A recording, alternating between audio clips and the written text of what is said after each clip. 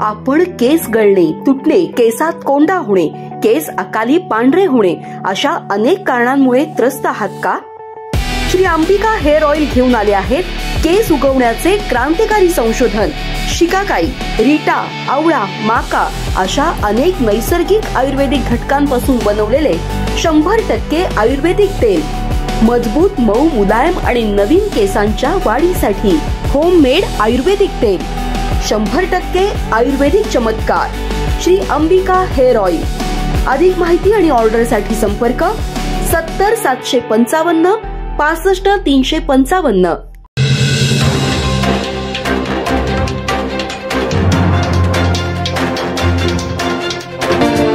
नमस्कार, मी तेजस्विनी मगदुम. एम मराठीमध्ये आपल्या सर्वांचं स्वागत आहे. पाहूया ठळक घडामोडी.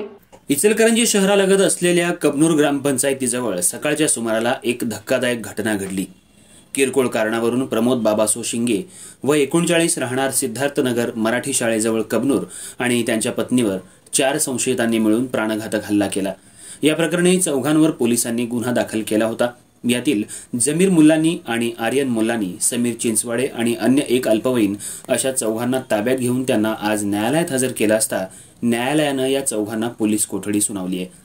जमीर मुल्लानी वय 52, आर्यन मुल्लानी वय 30, दोघे राहणार जांभळी तालुका शिरोळ यांनी प्रमोद शिंगे यांच्या मित्रानं मुल्लानी यांच्या मुलीशी प्रेमविवाह केला असून त्या विवाहाला सर्व मदत ही शिंगे यानं केल्याचा राग मनात धरून काटा काढण्याचा निर्णय घेतला होता.